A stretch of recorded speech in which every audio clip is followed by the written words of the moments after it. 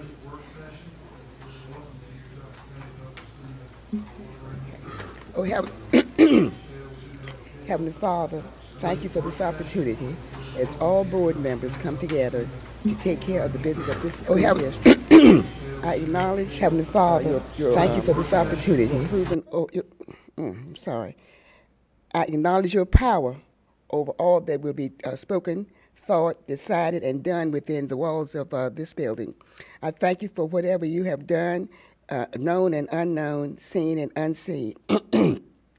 Look favorably upon this board and give our hearts and minds in making decisions that touch the lives of all children and staff. Let us not use the children for our personal or our parents for personal gains. We must also realize that what we do now is not forgotten. Remember, someone will remember. You may not get the opportunity again. Give us a fresh supply of strength to do our job upon our projects, ideas, and energy, so that even the smallest accomplishments may bring you glory. Whenever we are confused, guide us. Whenever we are weary, energize us. When I burn out, infuse us with your light and your wisdom. May the work that we do and the way we do it brings faith and joy and smile to all that we come in contact with. And most merciful God, I ask that you forgive us of our sins against you, thought, word, and deed, by what we have done and by what we've left undone. Bless our students. Guide them in doing the things that are right and pleasing in your sight, and keep them safe and protect them. Amen. Thank you.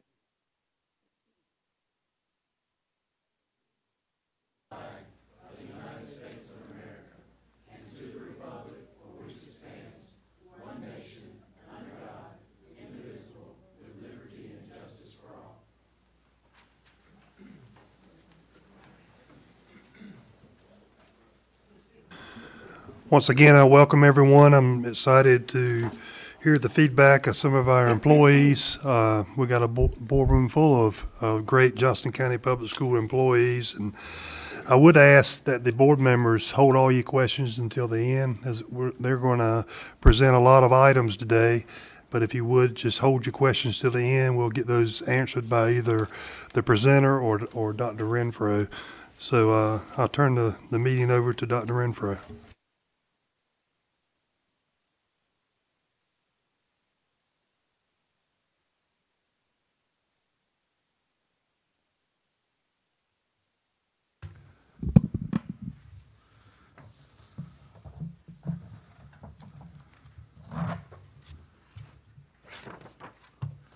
Thank you, Mr. Chairman. Mr. Chairman, Lady Vice Chair, members of the board, esteemed legal counsel. Thank you for the opportunity to be here. When we started the budget process a couple of months ago as a group, please know that we have been working on budget for just about 11 and a half months now. And as we prepare to take a budget to our funding agents over at the courthouse, our county commissioners, just as we reflected on how we went through this last couple of years, I thought it would be far, far better if you heard from the folks that are out there in the trenches every day, rather than just me standing up here for 30, 45 minutes talking about what we think that they need. So a different approach this year. You having the opportunity to hear from the folks that are impacted by this budget. What we do each and every day is so precious in the lives of children. And we know that our parents send the best that they have to us and rely on us to make a difference in their lives so that they can be prepared for the future. So I appreciate your investment and ownership of what we attempt to do. And we just pray that it gains traction with what we're doing here as we prepare to take our budget over to the county commissioners. You have a budget there, turned towards the back to this page, and in it is highlighted new budget items. So what we will do for the next period of time, 45 minutes if we stay on schedule, we will look at these new budgetary concerns that we're looking at adding next year, provided that we can secure funding from our county commissioners. I would reiterate what the board chairman said. Just jot your questions down. We want to get through these folks in the couple of sentences they have, and after we go through the collection of the presentation, if there are questions at the end, then we will do our level best to answer them truthfully as well as transparently. Any questions before we launch into this phase of the program? All right, then up first would be Dr. Paula Coates and Miss Ashley Radford with our Exceptional Children's Department. I'll go ahead and ask them to come in. You know, one of the conundrums that we're faced with in our budget considerations for next year, you know, there's almost a $7.8 million shortfall in our EC allotment formula based on what the state funds us at and what the actual EC population here is in Johnston County. And so when you look going into that next year, unless our elected officials in Raleigh in the General Assembly say, we got to change this funding formula, we've got to come up with $7.8 million.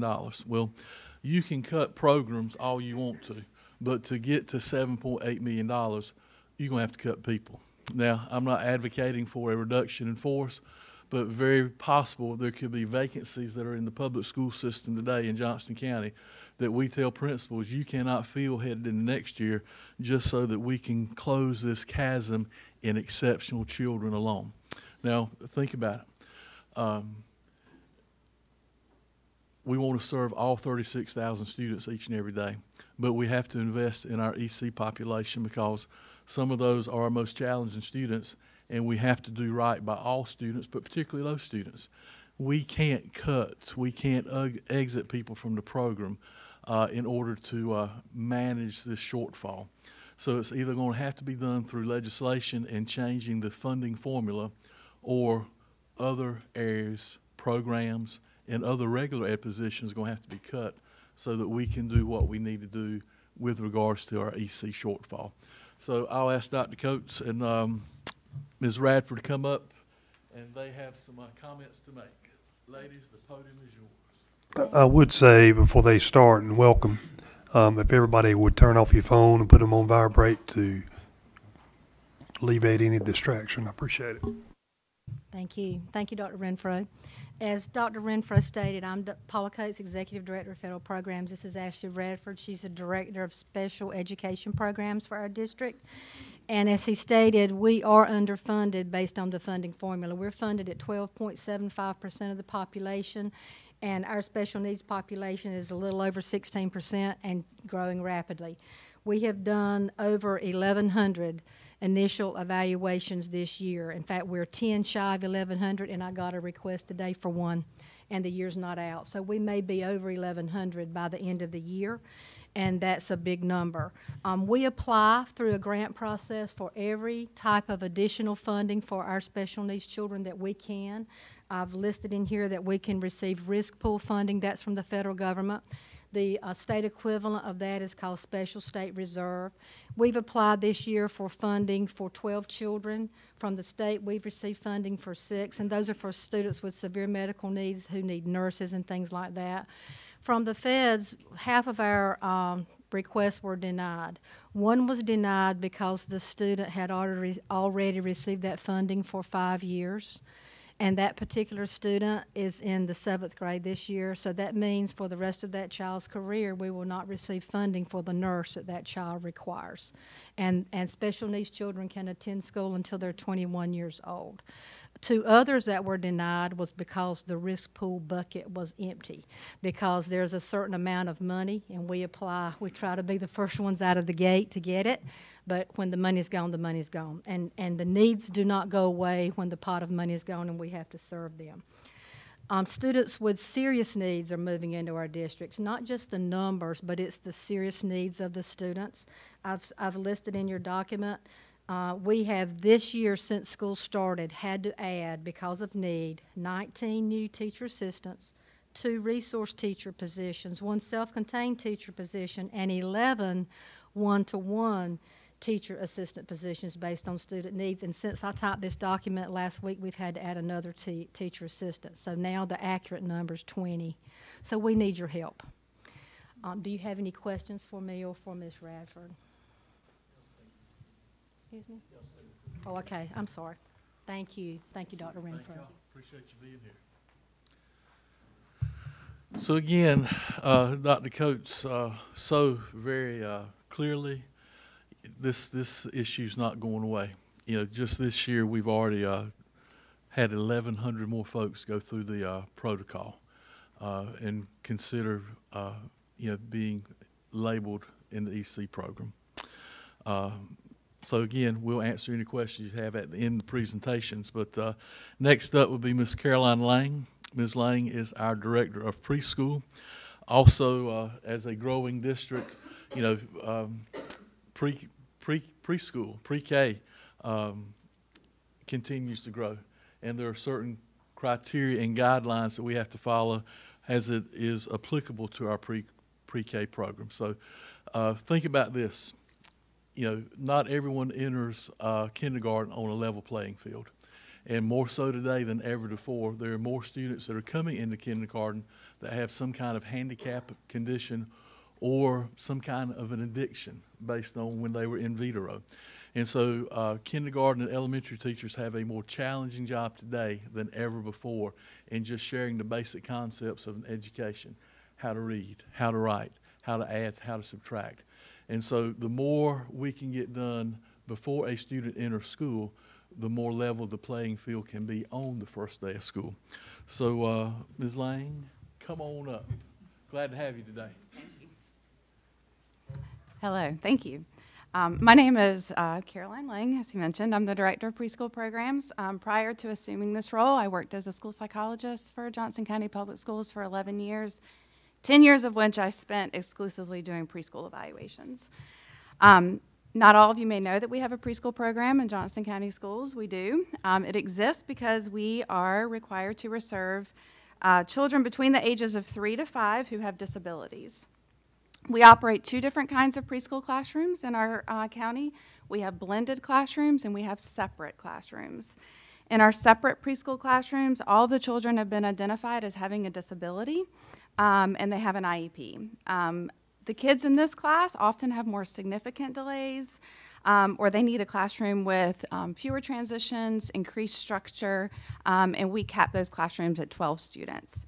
Our blended classrooms have at least 50% of children without disabilities. The reason why we have these blended classrooms is because we're required to provide special education services to children in their least restrictive environment, which means that we need to provide opportunities to children who have disabilities to be around their typically developing peers. Over the last 10 years, our preschool program has grown by an average of 4% annually. Over the last 2 years, it's grown by 6% and 8% respectively. Beginning next school year, we're going to have 40 preschool classrooms in our elementary schools. We do have data that demonstrates that nearly 90% of our preschoolers that have been identified as having a disability substantially increase their rate of growth or achieve age-level skills as a result of participating in our program, which, to say another way, means that they have changed their developmental trajectory, which would not have happened if they had not been a part of our program. We do offset some of the cost of providing these services to preschoolers with disabilities. We have the fee-for-service program, which is a program that we offer to parents and grandparents who are Johnston County Schools employees. If they have a 3 or 4-year-old, they can pay to have their children attend one of our preschool classrooms. We also open that program up to local, state, and federal employees. We also contract with a Partnership for Children, the NC Pre-K program, and we apply to have slots in our preschool classrooms, and we do receive $406 a month for each of the kids that participate in that program. In the past, we've also worked with Title I and Head Start to try to offset some of the costs and to blend our classrooms. In terms of helping to offset the costs of some of our children with disabilities, we do apply for developmental day funds, which are state funds. For this current school year, we've received $422,000 in developmental day funds. There are very specific criteria that children have to meet in order to qualify, but this is something that we apply for on a monthly basis. In addition, we have the cost of operating our preschool evaluation center. This year, we have conducted 193 evaluations of preschool-age children. Only 20 of those did not qualify for special education services. So we're definitely catching the kids that we need to catch. And additionally, I just want to say that Johnston County Public Schools preschool program is one of 9 demonstration sites for play-based evaluations. We have people come from all over the state to observe us, and so we're pretty proud of that. So I appreciate your time and your support and your efforts to meet the needs of our preschool children, and I guess we'll take questions. I'll take questions whenever you have them. Thank you, ma'am. And Ms. Lane, correct me if I'm wrong, but the need for the additional funding, based on our projections for next year, we're going to have to add 5 new teachers. And since those are challenging classrooms, there are 2 TAs in each classroom, so 5 teachers and 10 teacher assistants, correct? It is the needs of the children, but then also the ratios that we Yes, have to maintain of 1 to 6. Thank you. Just want to make sure I was clear. Appreciate your help. Now, we know we've talked about safety and security for the last couple of months. I want to applaud you for being aggressive with the bond resolution that we passed last month. Those of you that were able to go to the LGC in Raleigh last week, we know that the county commissioners have a provision in the bond of possibly $1 million to help us with safety and security. But, you know, number one, we don't know for sure that we'll take a bond to the public in November. We hope so, but the LGC is the control gate on that. So we still have to figure out how we're going to pay for phase 1, phase 2, and phase 3 of safety and security. And that's why I felt it prudent to build this into this budget as well, in the possibility that there's not a bond in November. Again, we hope there is, but all we've done is pass the resolution, announced up to the county commissioners and the LGC to make it happen. So we feel good that it's going to happen, but until it happens, I want to make sure that this safety and security funding, that I applaud you for going out there and being risk takers and say, we have heard from our students and our parents and our communities, and our schools must be safe each and every day. And even though it's not in our current budget, we're going to go ahead and make sure it gets done, and we'll get recompensed after the fact. So still relying on our funding agents at the courthouse to make this happen. That's why it's built here. But remember the 3 phases, phase 1, phase 2, and phase 3. And with us today we have Mr. Chase Farrell, who is our lead operations director, and Mr. Denny Schwindlin, who is a substitute teacher in the Johnston County Public Schools, but is also a former Secret Service person. So I would invite them up to the podium at this time. Good to see everybody. First off, school board members and Dr. Renfro, thank you for your commitment to the safety of all the students and staff of Johnston County Public Schools. I know they greatly appreciate your commitment. I've been asked to prepare a brief statement about the state of safety and security in Johnston County Public Schools, so I'm going to provide that for you now. I firmly believe the safety and security measures of Johnston County Public Schools that have recently been put in place will decrease the anxiety levels for the students, faculty, staff, and parents we serve. The front door access control systems, key fob mechanisms on high traffic doors, and updated camera systems are indeed a quality investment by our district that will indirectly enhance teaching and learning. Additionally, our district's investment in the collaboration with former Secret Service agent Dennis Schwindlin will improve the safety of the district by identifying behaviors our schools need to change, as he will be facilitating a formal security assessment with each school to determine where there are vulnerabilities. Lastly, our partnership with the Johnston County Emergency Services and May 2nd's full-scale active shooter exercise at North Johnston High School will allow for a comprehensive assessment of the processes of our school system and local agencies with regards to this specific type of threat to our schools. The funding we have received to date for safety and security has been critical for our improved operations, and future safety and security implementations will call for additional funding in order to prepare our schools to be as safe as possible for the students we serve. At this time, I'll turn it over to this fine young man, Mr. Dennis Schlinwine. His expertise has been paramount to our successes. Thank you, Doctor. Thank you, everybody for having me attend. It seems like just yesterday I was at an airport in Charlotte and gave the lady my credentials, and she looked at the credentials and she looked at me and she said, "You don't look like a Secret Service agent." I really didn't know how to answer, but I said, as you can see, I'm neither tall nor tall. I said, some people think that Secret Service agents should be tall, dark, and handsome. As you can see, I'm neither tall nor dark. And she says, "You ain't handsome either." But anyway, nonetheless, I feel real privileged I protected 7 presidents and 7 vice presidents and a whole host of other people from around the world. And it was a challenge, but I really can honestly say, and I've been asked this several times, that the challenge of protecting these kids in the school and everybody else associated with the schools is more formidable than it was for me as a Secret Service agent, simply because of the mass amount of people we had and the proactivity that we generated and the money, of course, that everybody was willing to give us at any turn. So for 8 years, you can take this to the bank, I have talked to a couple of past superintendents, and just what can I do to help? And they were gracious, but in both counts they said, it's not in the budget. And I actually said, well, I'll help you if you give me a starting teacher's pay. And he said, it's not in the budget. So, and then I just kind of let it go until I met Mr. Farrell and the others in the new genre here with regards to what's going on. And so I'm thrilled that not only is money may come, but they've already.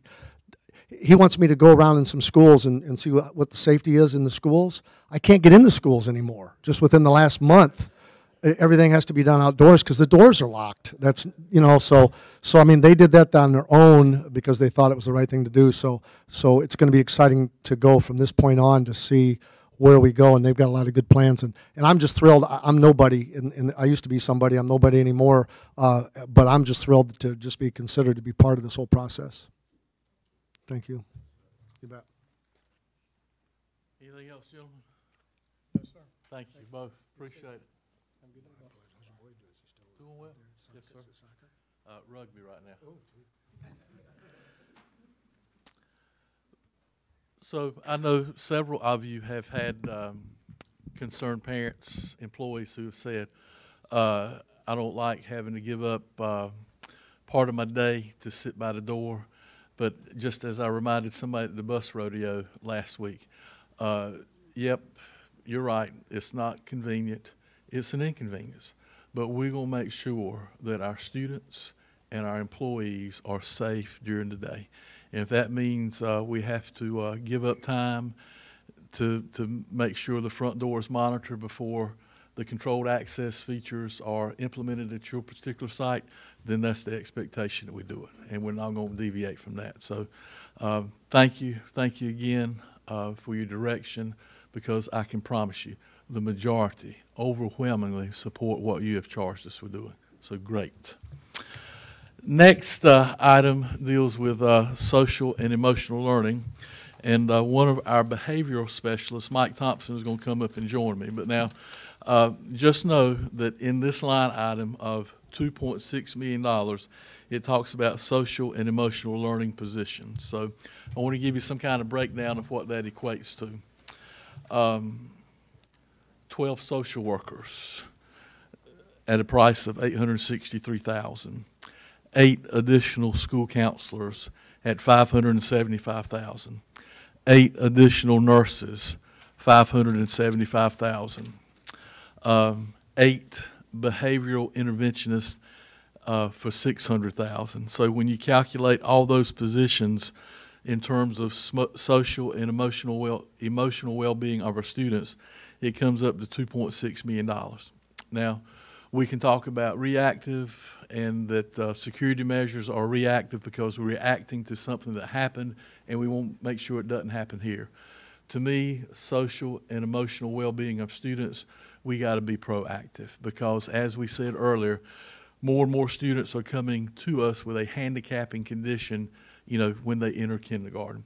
And if we don't put these people in place to start dealing with those issues become unmanageable, students act out, and things that are bad happening. So Mr. Thompson has been here for a long time in the Johnston County Public Schools.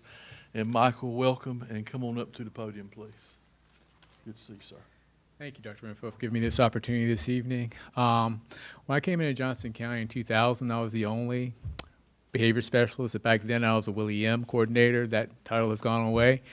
But I was one behavior specialist for 40 schools. In 2007, we added an additional 2 behavior specialists.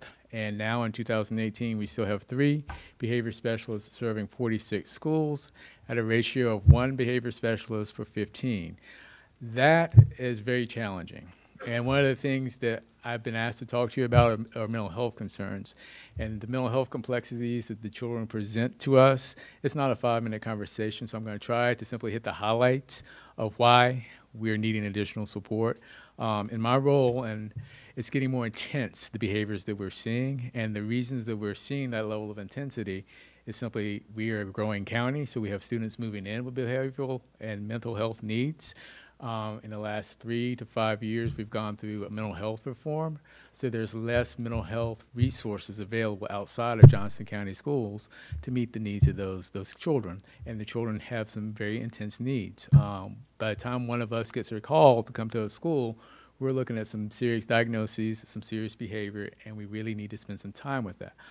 Also, in the last 3 to 5 years, the availability of mental health beds where children are hospitalized and are able to go have decreased, while the number of students needing them have increased. So that presents us with a unique challenge. The students who we are serving right now, maybe 10 years ago, we didn't serve as much because they were in a or hospitalized educational environment, which meant they weren't in public school. They had very low ratio numbers, and their interventions were very, very intense. Now we're being asked to do the same thing, but we're not having the same amount of support and resources. One of the things that I like to share with people, when a student enrolls in Johnston County schools, we don't have the ability to ever deny enrollment. Whatever comes through our door must be accepted. In the world of mental health, however, some of the students that we're enrolling have been turned down for services. You could have a student who presents as too violent with a low IQ, so they can't provide services. If that same child comes to fill in the name of the school in Johnston County, we have to provide services. And that's where me and my 2 colleagues come into place. We get the phone call and we react. And part of our role, we're spread across. So I think we would need more mental health support, and we acknowledge that when you see me, sometimes you think about the Exceptional Children's Program, which is true, that's where I'm at. But mental illness does not come just in the Exceptional Children's world. It's all of our responsibilities, mental health, regular ed. So as those needs are increasing, we're needing more resources to address that. The majority of the behavior specialist day is provided we're providing services in meetings, consulting with teachers, problem solving, how to meet the needs of the child that's coming into Johnston County in the best way that we can. So I'm leaving some time for questions if you have them, but if not, thank you for your time this evening. I tell you, Michael and his peers are probably the most sought after folks in the district, because when that pot boils over at a school and a principal says, what do we do? Call Mike.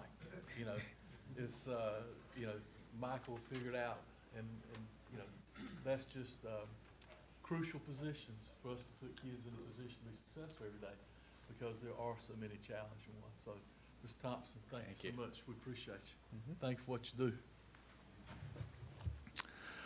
do. Remind you that we conducted a salary study back in the fall and got the results most recently 4 to 6 weeks ago. And one of the areas in the salary study that was a glaring area and opportunity to grow in dealt with increase in salaries and benefits for those folks in facilities, particularly the trades, mechanics, plumbers, electricians, carpenters, people that, man, they come and work hard every day, and without their efforts, the things that we attempt to do each and every day, they don't happen, because I don't want to use the analogy that they're the grease that keeps the wheels turning, but sometimes they keep the wheels turning for a lot of reasons because of their efforts. So glad to have Billy Creech with us today, who is a plumber foreman, and Todd Urban, who is a diesel mechanic, to come and make comments regarding the rationale why we need to increase our salaries for these trade positions. So, Mr. Creech, come on up. Good evening. My name is Billy Creech. I am a 25-year employee with Johnston County Public Schools. 25 years of experience has been as a plumbing tradesman.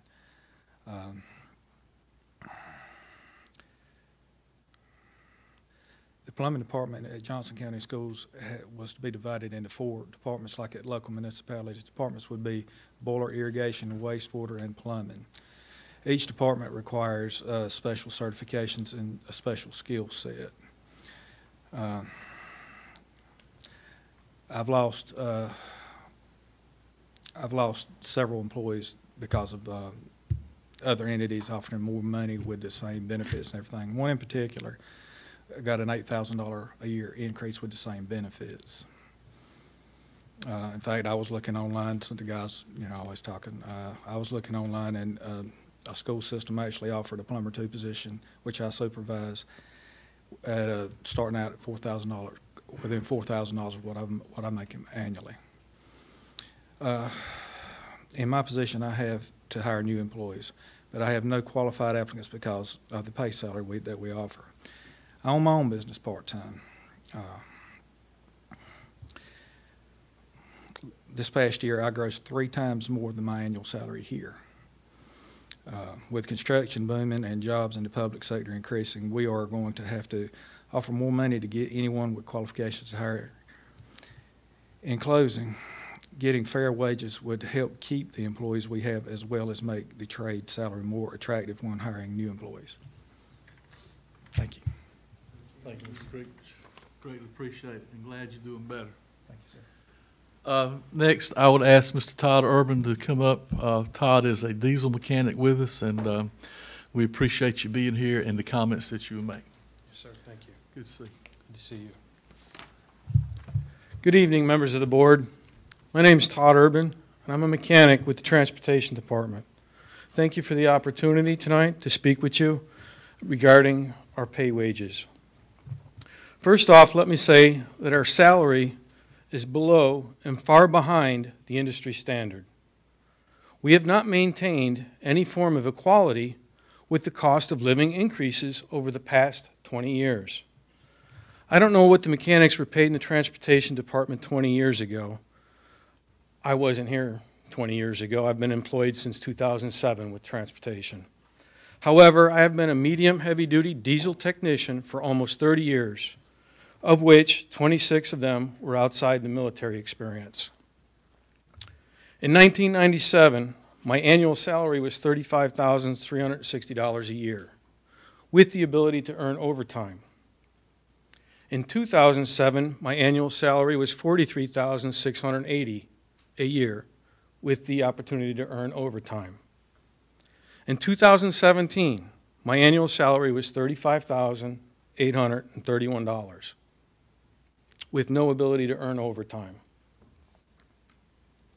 In May 2017, the median annual wage for diesel service technicians and mechanics was $46,360, with a low of $30,000 and a high of almost $70,000. I surely don't expect to make $70,000 here. I'm not insane. I was hired with them in 2011 and received no extra pay for my years of experience, certifications, or my CDL license that I had when I was hired. We continually have to hire people without any of that for our entry-level positions. We also have a very hard time hiring experienced technicians because I feel they are worth more than we are able to pay them. To receive a pay raise and offer a competitive wage could be monumental for me and my family. Currently, I am still serving in the Army Reserve, and in part-time, 1 weekend a month, a little bit more than 2 weeks a year. I was gone 6 weeks. a little while ago. I'm thankful for that opportunity. With that said, I earn $22,000 in the Army Reserve annually on a part-time basis. Without that additional income, I'd have to go and find me another job to help support my family, and I have 2 kids in college right now. I know I could earn more money elsewhere in my chosen career.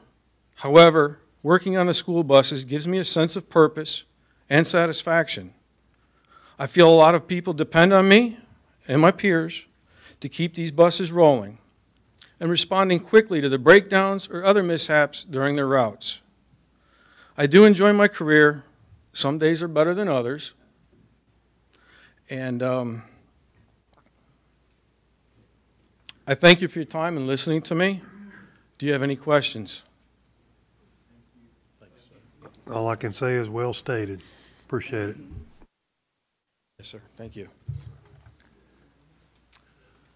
We also have with us tonight Mr. Gary Barnes, who is a technology technician too, and he is going to make comments regarding what he does each and every day and the need for salary increase. So, Mr. Barnes, you're up, please. Thank you.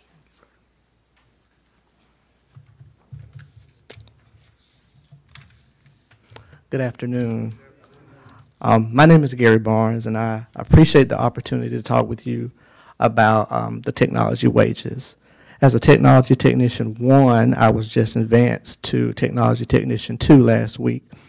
I have been with the public school system for 8 years. 3 of those years have been with Johnston County Public Schools. I had 5 years of experience when hired as a Tech 1 with a starting salary of $31,111. I really do enjoy my job. I enjoy the environment, and I enjoy working with the school system and the benefits that come along with that. However, money is a challenge, and I recently had to move back home due to the low wages and the increase in the cost of living. JCS, Johnston County Public Schools technology salaries are low in general.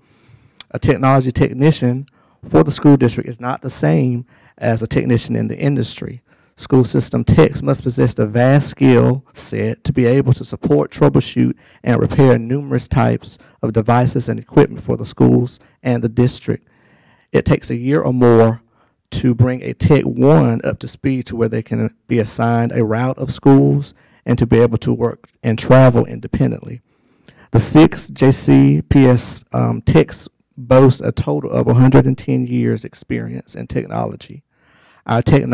Our technician per devices ratio is about 1 tech to 6,000 devices, where NCDPI reports a statewide tech to device average of 1 tech to 1,950 devices. Our annual starting salary is about $29,500, where Wake County Public Schools is $54,000. This creates a challenge for keeping techs. For example, about 2 years ago, we lost a skilled tech to Johnston County for a $10,000 pay raise. Last summer, we lost a department member to Wake County Public Schools for a $15,000 raise for much less job responsibilities. And we are also losing a great tech that has been serving as a temporary tech for nearly a year for a higher pay rate. I would also like to talk about the wage concerns for all members of JCPS Tech Services. The technology techs are the front lines of technology support, but there is also another whole realm of technology support behind the scenes. This support requires a highly skilled and dedicated team, which we do have. We have a staff that works day and night to support this district with low salaries and 9 years of no cost of living pay raises. JCPS risks losing skilled, dedicated technology staff that have an in-depth knowledge of complex infrastructure, which is almost impossible to replace seamlessly given our currently salary models. Reliable, efficient technology services are now critical for all school systems, and the longevity and dedication of staff have a substantial impact on the management and sustainability of the technology support services. And in closing, I want to briefly tell you about 3 of our techs. One of our techs with 22 years of experience left Research Triangle Park to be closer to home, and it was his decision, along with his wife, to make the career change to work for Johnston County Public Schools so that he could be around his son while he was in school. He also enjoys the people that he works with and the challenge that comes with everyday work with technology. We have a tech with 24 years of experience who enjoys the environment, the professionalism, the benefits that come with working with the school system. He also likes the area that he lives in and feels that it's an ideal place to raise his daughter. But due to the cost of living and low salary, he has had to make some drastic adjustments for him and his family, such as move from a 2,800 square foot house to a 900 square foot apartment. He has also had to eliminate cable TV, other entertainment activities because the money is not enough. And he has also made the statement that he does not want to, but he may have to seek other employment because the pay is not enough. Lastly, we have a tech with 12 years of experience who has built a rapport with the staff and teachers. He feels that he is appreciated in this job and successful in his job. His wife is also an administrator in the school system, and his children also go to these schools. However, he has considered seeking employment in other counties with better pay. I thank you for your time. Are there any questions? Thank you, sir. Thank you. Thank you so much. Good job. Thank you. Our next opportunity talks about bus licenses, paying for those initially, as well as paying for renewals. And even though this is not a tremendous amount of money, it's still significant because these are the same people who have difficulty paying these out-of-pocket expenses. And so we're blessed to have Ms. Shannon Brock with us today and the bus boss, Mr. Danny Williams. And so I would invite them to the podium. I think most of you know Ms. Brock. She loves driving the bus. She hadn't missed driving the bus in how many years? 22. 22 years, perfect attendance. So, Ms. Brock, just your resume and your commitment, these folks appreciate you and will give them your undivided attention. Thank you. Yes, ma'am. Good afternoon. I'm short. Earlier this year, I was talking to a fellow employee of Johnston County Public Schools about the additional cost to obtain my CDLs required to drive a bus. This employee asked if we were required to pay or if the county reimbursed us for these expenses. Next, they explained to me that their spouses was a coach or at high school, middle school, and elected to obtain their CDLs by choice and to be able to assist in driving athletes to their away games. With further research, I also learned that middle and high schools have funds set aside for school athletic programs that allow them to reimburse coaches when they obtain their license. Elementary schools do not have these funds, placing them at a disadvantage. I must say, this was a little devastating to me. I have been a bus driver, like Dr. Renfro said, with perfect attendance for 22 years. Currently, I am also a teacher assistant at Glendale Kenley Elementary School. By county guidelines, a teacher assistant, custodial, clerical, and cafeteria workers are required to drive a bus, either having a permanent route or substituting. To complete this requirement, a CDL license is required within a year of being hired or we will be terminated. This special license must be renewed every 3 years at a cost of approximately $100. This year, we are now required to have a DOT physical, which may add to additional costs later. Renewals that come during special times of the year, like Christmas, birthday, Easter, when school starts back, could cause an additional hardship for some employees. In closing, I really felt it was time to make a proposal to the board on behalf of all the classified personnel employees, asking that funds be allotted to reimburse bus drivers the expenses of their CDLs. These staff members are required to drive and maintain their employee status. It goes without saying that this expense of the job should be covered by an employer. Finally, having these fees paid for by Johnston County Public Schools would be a great way to boost morale while showing them that they are supported and valued. Thank you for allowing me this time to address this issue.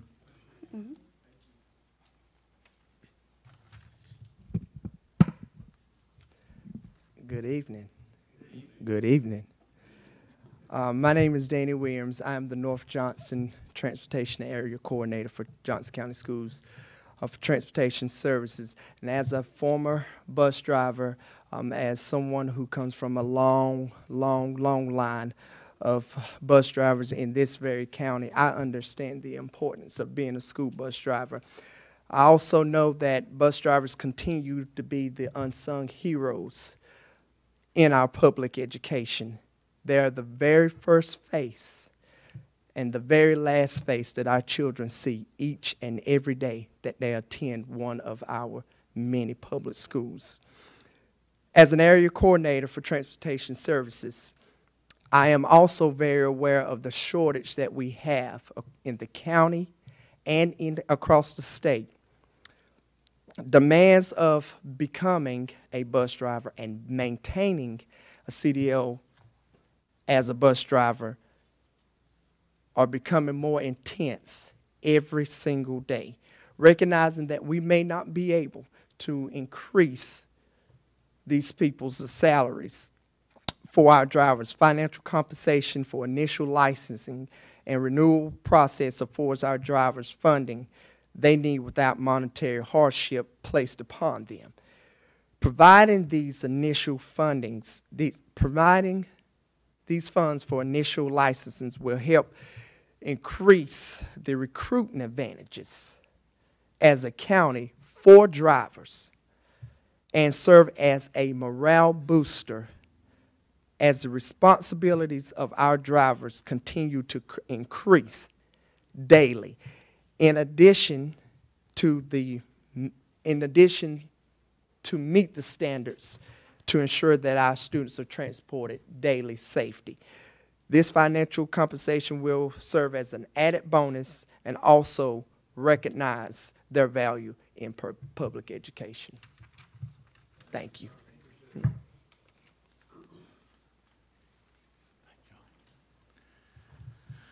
Ms. Brock, Mr. Williams, thank you so much. The next item for your discussion is based upon master's pay for teachers. And you know the state changed how they did this several years ago. So we have many teachers in the district who have earned their masters in whatever field, and they do not get compensated for it because the state said, you know, just because you have a master's doesn't mean you're a good teacher, and it doesn't mean you should be compensated. So we have Mr. Stinson Lee, who is a teacher at Benson Middle School, and he's going to give you some comments regarding master's pay for teachers. So, Mr. Lee, come on up. Yes, sir. Good to see you. Good to see you too, Thanks as for being here. always. Hi, thank you very much. My name is Stinson Lee, and I am a product of Johnston County Public Schools. Currently, I'm a language arts teacher at Benson Middle School. I teach 8th grade. I earned a master's in city and regional planning and writing, but due to the change in legislation at this time, I'm currently not compensated for my master's.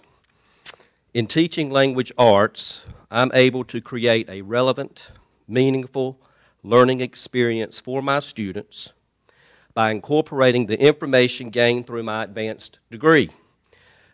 The local proposal for compensating qualifying teachers for their master's degree would personally provide me and my family with over $350 additional income per month, $4,200 a year.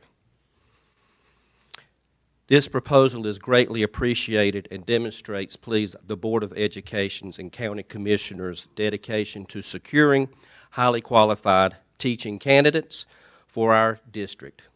What a great recruiting tool, what a great retention tool. Thank you very much. Thank you. Thank you, Mr. Lee. Greatly appreciated.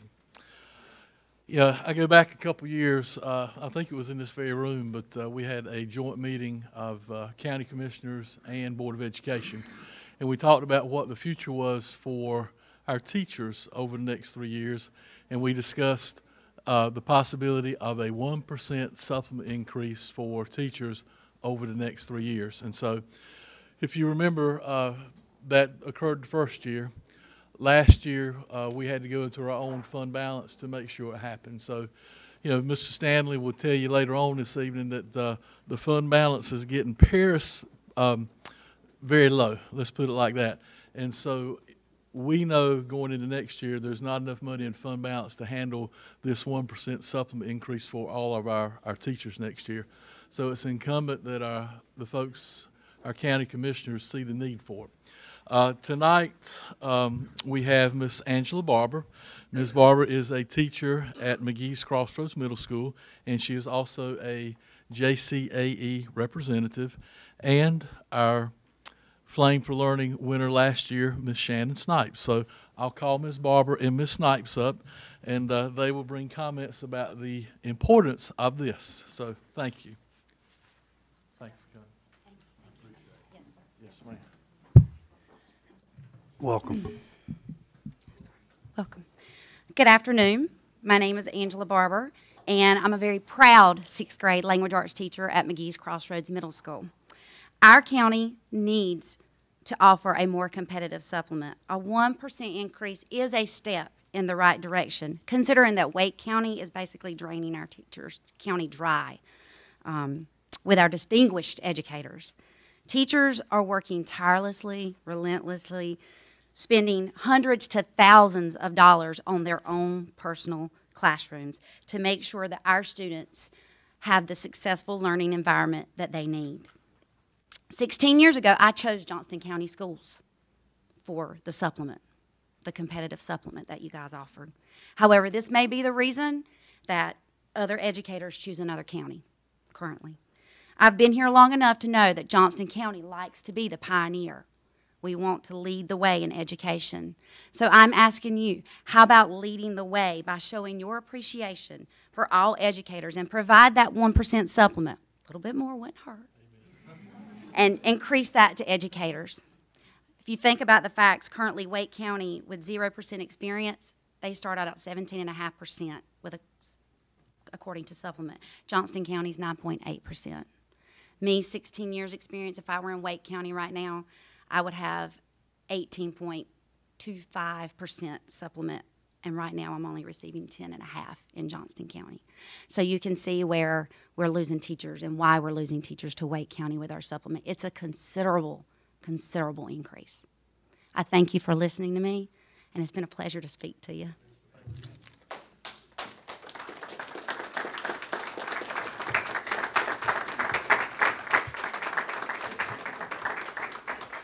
Thank you very much for having us and let us speak on this topic. Supplements are more and more important to our district as we continue to grow and as Johnston County continues to grow by leaps and bounds. New teachers will need to be recruited, and a competitive salary is very helpful in that process. It's very appealing to new teachers as well. It's equally important to retain the excellent teachers that we already have here in Johnston County. That is why I ask you to support Dr. Renfro's 1% supplement proposal for the upcoming year, not only for the new teachers who may be coming here, but also for the teachers who are already here. Thank you.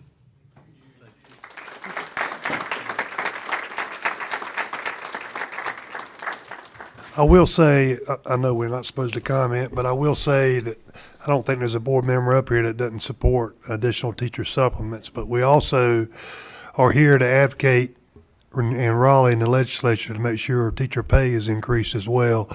We don't control that, but we advocate it, and I urge you to do the same. And I value teachers. I wouldn't be here today if it wasn't for teachers in my high school. None of us would.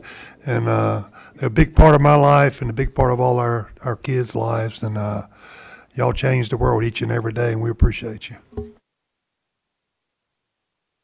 You may see a lot of things out there about disagreement in this semicircle, but there is one thing that all 7 of us agree on, and that is not enough is being done for you, and we're going to keep fighting together. You may see disagreement, you may see conflicts, but you can understand that every one of us are out there fighting to get your supplement up, so you can believe that. And Mr. Chairman, I don't like to turn my back on the Board of Education, but I can sense the energy back there. Can I turn around and look at it?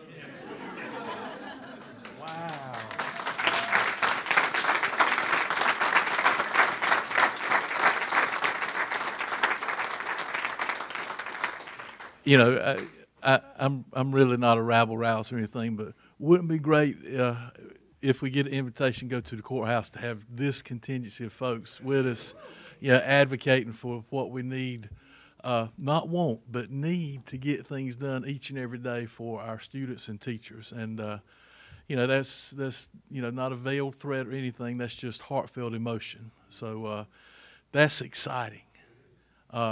You know, these folks could be at home tonight with their families. You know, I'm sure based on the signage, and I know it's true, there's probably some of them who had to call in and say, I can't work this shift tonight because I'm going to be there to let everybody know how important this topic is, and we need to make some traction on it. And that's the honest truth. Mr. Chairman, can I say one thing? Yes, sir. I just appreciate each and every one of you that are in the trenches every day teaching our students across this county. I have a wife as a teacher as well, 22 years in Johnston County Public Schools. So I know, I live it every day.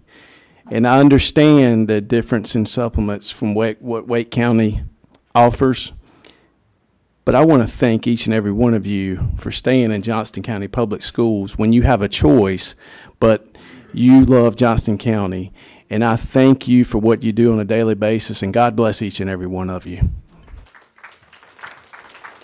Now, in the same spirit of supplement increases, it's my honor to call April Lee up. Ms. Lee is also a teacher at Benson Middle School, and she is our current JCAE president.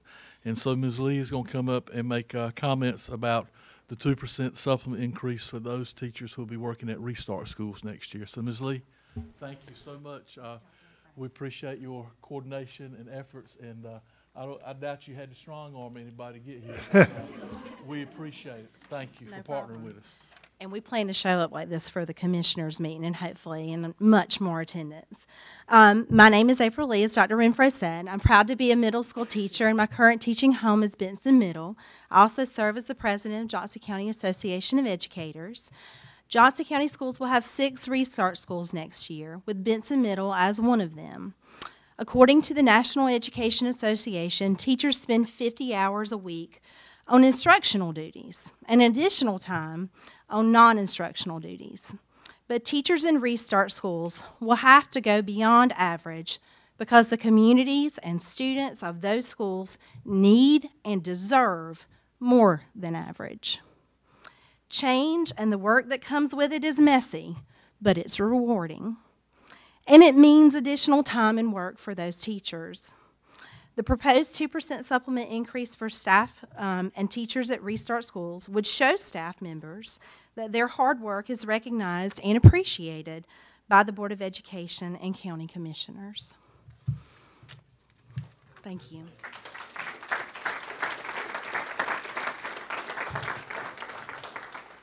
Ms. Lee, we appreciate it. Thank you so very much.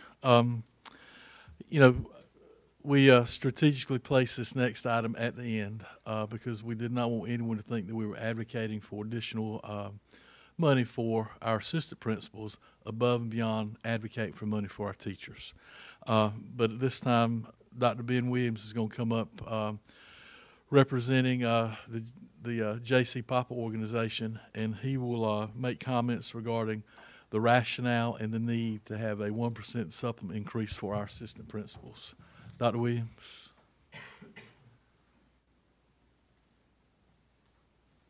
Welcome, Dr. Williams. Sir. Board members, thank you so much for having us tonight. Thank you for the opportunity to be able to speak here. First, we'd like to start. Again, my name is Ben Williams. I'm principal at North Johnston High School, but I'm here as the vice president for J.C. Papa organization. I'd like to start by saying that we are in this room tonight, not just for assistant principals. That is the point that I've been asked to speak on as assistant principals, but we specifically came in with these teachers because we can't do what we do on a daily basis, principal or assistant principal, without them. bus drivers, cafeteria workers, custodians, and everybody else that comes in and touches the life of a young person each and every day in our schools. So the first part I would say is that as an organization, J.C. Pop is in support of everyone who touches the life of a student in that school every single day. My job tonight, though, is to speak specifically on the 1% increase for supplements for assistant principal pay. I'd start by saying that a 1% increase in supplement, and I know you've heard the numbers in terms of Wake County, but they are their neighbor, and as a result, sometimes in that neighbor relationship, others had the opportunity to go there. What I would say is I would certainly qualify that this piece by saying the people here in this district, and I would never speak for everyone, but in our organization, they want to serve here in this district because we love this district and we love the students, and many of us are from this district and grew up and were educated in this district, and we want to stay here in this district. The 1% increase would make us competitive with our partner, or our neighbor rather, and just a couple of pieces of information. A traditional non-magnet elementary AP is 19.5% in Wake County. A magnet elementary is 21.5%. Elementary, I'm not talking about middle or high. These are elementary schools. And the lowest AP supplement for an elementary in Wake County would be 18.25%. Of course, with a middle school, it's 19.75%. A high school is 21.25%. A 1% increase for us would bring our elementary APs to 14.5%, and our middle schools to 15.5%, and our high schools to 16.5%, which is a fantastic start and a move in the right direction to keep our school leaders here in Johnston County. Second piece of that is when our assistant principals move from the classroom into leadership as an administrator, they take on a different job. It's a different role and responsibility. As of now, with the state salary schedule, we do have held harmless, so a teacher moving to an assistant principal position couldn't lose money because of that particular clause that's in place. However, not losing money for pay transitioning to administration is welcome, but it is a different job and a different role and responsibility. Specifically for an assistant principal, I'll speak to you as a principal from J.C. Papa. We're tasked as principals in our schools to be the instructional leaders in those buildings. And in order to be those the instructional leaders in those buildings, we have to have assistant principals. We have to have assistant principals for school discipline, for buses, for testing, for summer work that they don't always get paid for to come in and help us plan for the next year, for observation schedules. And when we're out for meetings or taking care of professional obligations, they are the principal in the building when we're not there. Many of them taking on that role and responsibility, obviously for less supplement or less pay than what others who could have been in the teacher seat could be making. And finally, with our AP allotments that we have for our districts, that is an allotment that is set by the state. I would like to thank the Cabinet, and I'd also like to thank the Board for making sure that there's funds available for us to have above and beyond what the AP allotment is. I can tell you that that AP allotment that is set by the ADMs for the state wouldn't begin to cover what we do inside of a school. It doesn't come close. And it doesn't come close to allowing a principal to be able to be the principal of the school. So with that being said, in closing, we value every single member of Johnston County Public Schools, whatever role they have and whatever job that that is entailed in the life of a young person. But for our principals, and speaking for the principals of the organization, what we want to make sure of is that our assistant principals don't go, they don't leave, because we love our administrative teams and we want to keep them. And again, would never speak for the entire organization unless they ask me to, but our people don't want to leave, they want to stay right here. So we want to make sure we do whatever we can as an organization to make sure that happens. And we'll stand behind our teachers and our drivers and our cafeteria workers and our custodians and every one of our assistant principals in order for us to assist in making that happen. Again, thank you for your time tonight, and we appreciate you having us. Thank you, Dr. Williams.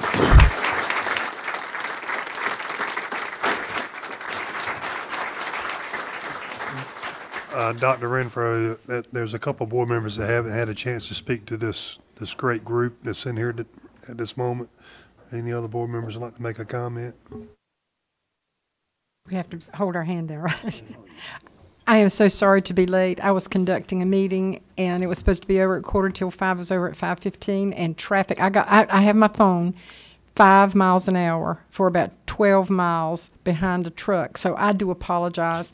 But you know, when I walked in, my heart was just jumping for joy. I saw that parking lot and thought, thank God we have teachers who love this district and are here to advocate for yourselves as we are advocating for you. I just want you to know that behind the scenes and in public, we are out there fighting for supplement increases, for better working conditions. We read those surveys, you know. And we just appreciate everything that every employee in this district does for children, and it is all about the children. So thank you so much for being here tonight and for letting your voices be heard. We do appreciate you all. Thank you for coming. Mr. Hall? Mr. Chairman, I would just like to say thank you to this group of educators. The job is not easy, but to them, it's not really a job, it's a calling, and they do what they do because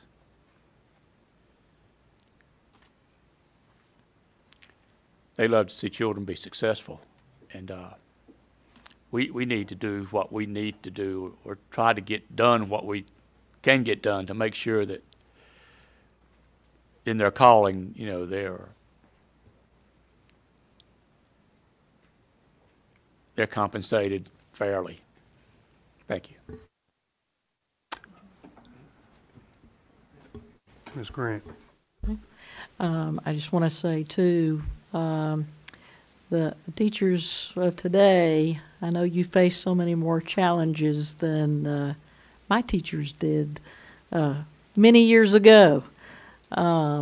And we are so thankful for all that you do every day. Just like Ronald said, there's not a board member here that is not fully supportive of teachers and the supplements, the pay that you receive.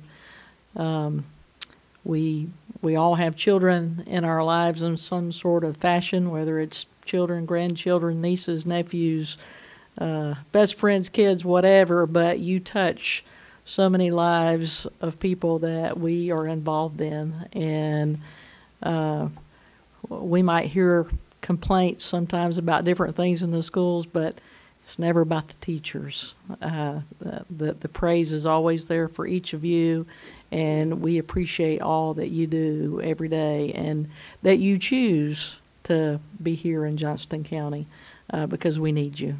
And we're just so appreciative. Thank you. Vice Chair.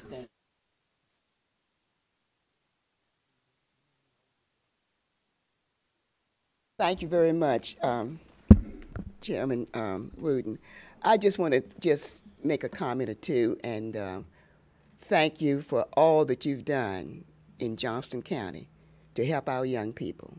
We really appreciate this. We don't tell you enough, but I think you know it, but knowing it's not the same thing as hearing it. And I want to be able to tell you that you are just fabulous and a wonderful job. And the other thing I want to say is that I've got 20 years. This is my 20th year in Johnston County. Many of you were not even here when I came, so, but I've got 20 years on the Board of Education. And I had 30 years with the North Carolina Cooperative Extension Service, the Agricultural Extension Service. And I taught 4-H and home economics to homemakers as well as young people. Many of you know that. And so I was asked to join the Board of Education. Dr. Jim Cosby asked me because he knew that I had the background and the knowledge to help you. And the second thing is that I've seen you grow. I know what you've done. I've had 2 children to go through Johnston County Public Schools. One is a doctor in California, and the other is a pharmacist in California. Both went through Johnston County schools. So I know what you can do. And it wasn't because of me. In a way, I guess it was, they had to. But, the main thing I want you to know is that I know what has been done and what you can do and what you're going to do in the future. I want you to know also that we are for you. Don't let anyone think, and maybe 1 or 2 may say things and the others don't say anything, but I asked to talk. And for that reason, I want you to know that every board member here is in your corner.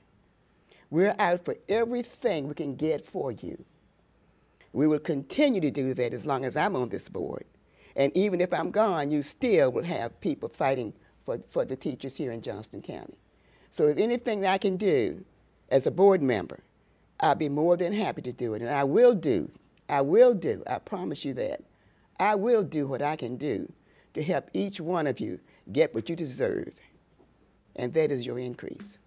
Thank you very much. I appreciate it.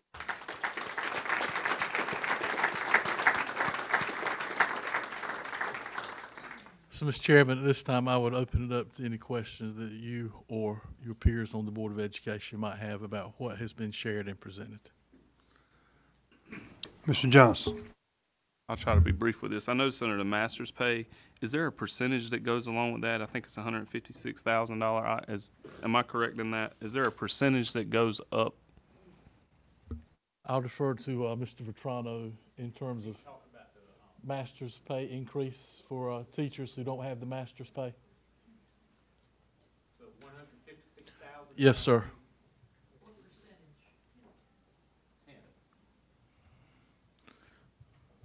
So basically what we did, Mr. Johnson, we looked at the individuals that are currently employed who would be eligible to receive that compensation if this proposal was approved.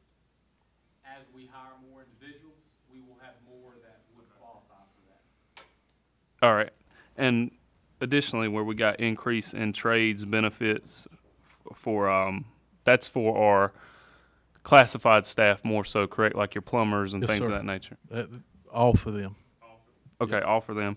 What I would like to see for that is a merit-based incremental increase based on their current salary. So what I'll just explain that a little bit. I would like to see the employees who make anywhere less than $40,000 eligible for more of a percent increase than those who would make $40,000 to $50,000. And as you go up, you know, or if we have someone making $50,000, I want it to be merit-based. So there would be an evaluation done, and based on their evaluation, they would receive a percent increase. To go back, there'd be different tiers. So anybody making less than $40,000, for example, would be eligible for a 4% increase. Yes, sir. And then moving forward, from 40 to 52%, anybody 50 or higher, 1%. That way we can kind of maximize that money and go from there with that. And I realize it may not be 4%, 2%, or 1%, but just incrementalize it based on their merit and current salary. And a larger percentage increase for those who meet the merit standard based on their lowest pay. So we want to help the folks who are making the least amount of money. Right. In my mind, those who are making the least and working the hardest would get the more money than those. I will work with Mr. Stanley, Ms. Lee, Ms. Gill, and Mr. Vetrano. Pending potential funding for it, we'll come up with a schedule and get it vetted by the board attorney and anybody else in personnel. Thank you, Dr. Renfro. Thank you. Mr. Chairman, I just Yes, have ma'am. a quick question. On my handout, it has social workers, counselors, nurses, and psychologists, but I don't see it here. And coming in late, I may have missed that. Is that on there as well? Yes, ma'am. It's under those behavior interventionists, and I broke down that $2.whatever million and talked about how many nurses, social workers, school counselors, and behavior interventionists additionally that money would go towards. But it is, yes, ma'am, a part of it. And that is so needed.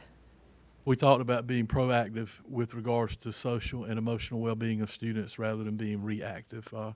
And my exact words were, we reacted to what happened in Parkland by locking our doors in the phase 1, phase 2, and phase 3 of safety and security. But, you know, some people would say that addressing the social and emotional well-being of students now is being reactive as well. But we talked about students coming into kindergarten with more handicap and conditionings and dependencies, and we want to be as proactive as possible to get as much help as early as we can so that these issues don't exacerbate themselves and grow out of hand. Yes, ma'am. I got one question as far as exceptional children. We're continually talking about the funding model in Raleigh, how they fund the 12.7%, and we're actually 16%. And this is probably a question for Dr. Price. That's why I'm looking at him. So, well, I might be able to answer it. If I can't, I promise you, I'll but call on is there we any, will find the answer. Is there any movement in Raleigh as far as changing the funding formula, and I know a lot of the pushback is that we're over-identifying, and how can they classify us as over-identifying if we got qualified people identifying these children for that type funding?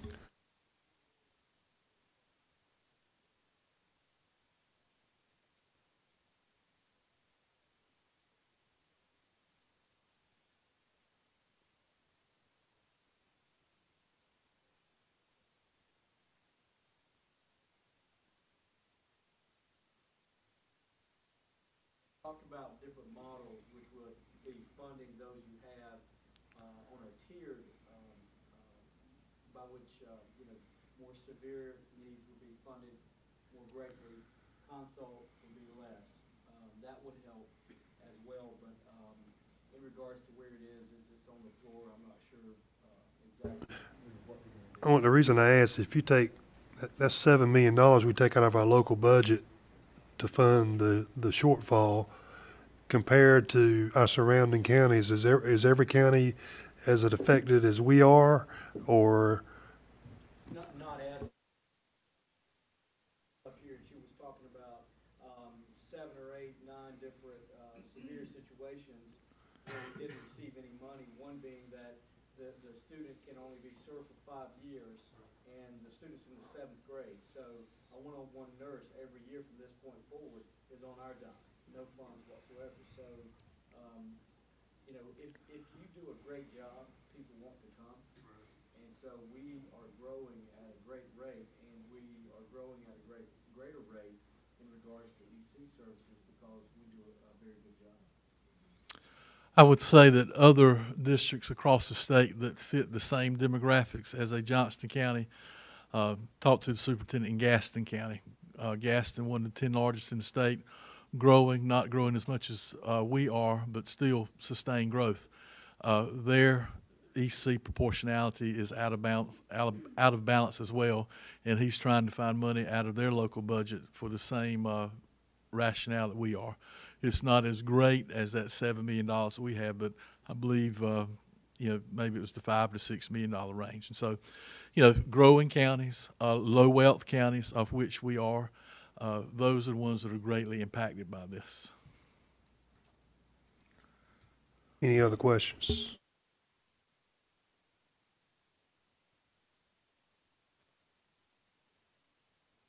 One is a question, Dr. Renfro, one of the speakers brought up the new DOT physicals that will be required. Was that money in with this $36,000? No, ma'am. This is strictly for renewing bus licenses, and then for someone who's just gone through the training, helping them obtain their first bus license. Now, Brian, what are we doing in regards to DOT physicals? We have at a reduced rate or anything like that? Or was, yeah. And a medical provider being who? Local folks? Yes, sir. Local in Johnston County. Yeah. So we do take that in consideration, knowing that this is a mandate. And we plug them into these people who are giving them a discount for their physical, a discounted rate. Do we know approximately how much that's going to be?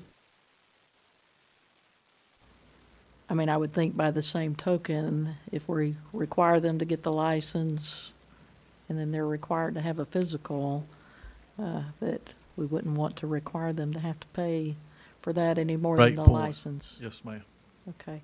The other thing was on the pre-K, we talked about needing 5 new teachers and 10 new TAs for next year. Whenever we have, and it's not just that, I know in the EC community we need some one-on-one teachers or teacher assistants or nurses or that type thing.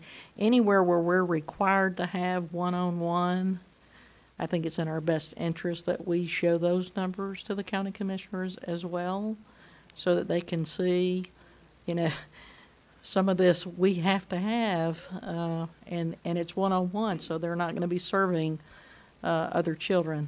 Yes, ma'am. Point well taken.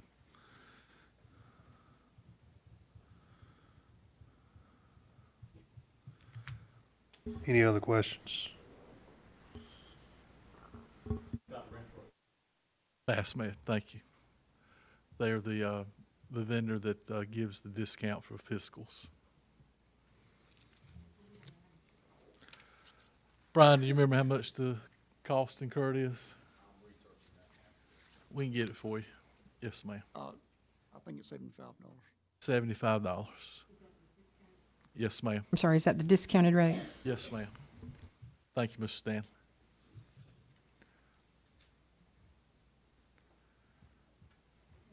We have 300, how many bus drivers? That sounds about right. Yes, ma'am. A little more than that. And they're all required to get this, Yes, ma'am. even physical from their physician? Correct. I just want to make sure everybody understood that. Yeah. It's called an unfunded mandate.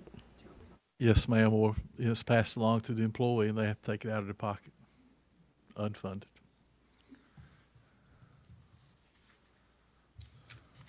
Any others? Dr. Renfro. Are we done? When you bang the gavel and say that we are adjourned, yes, sir. Well, I'd like to close with, I appreciate everybody sacrificing your personal time to be in front of us. It really, I mean, it'll prick your heart. And y'all mean so much to us, and we appreciate everything that you do in this room. We have, if everybody's been in, the ones that have been in this whole budget session, we got a lot of opportunities. And I think we can meet those opportunities. And I encourage our board members to continue to have great conversation with our county commissioners. And I think we can meet this challenge. We all put our heads together and do what's right for children. We can meet this budget. But I'd like to close saying that I feel like I got a teacher at heart because I married a teacher. My father was an educator. We were brought to Johnston County in 1969 when Triple S was built. And he opened that school, and I always wondered why my dad stayed away from home till 10 and 11 o'clock at night. He was a coach, teacher, administrator. Back then you could be an assistant principal and coach. And he was serving children.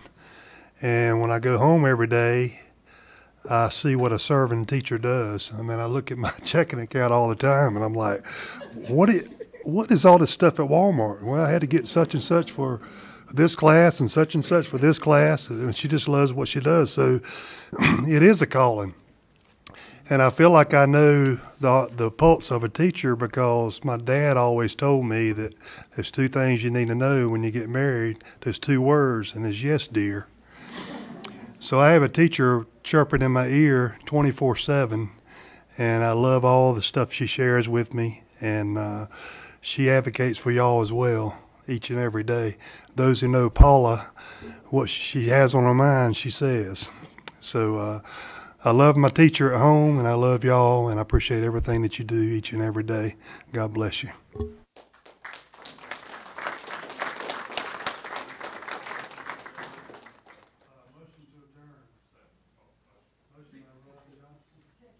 By Dr. Smith, all those in favor? Aye. All those opposed? Motion carries 5-0.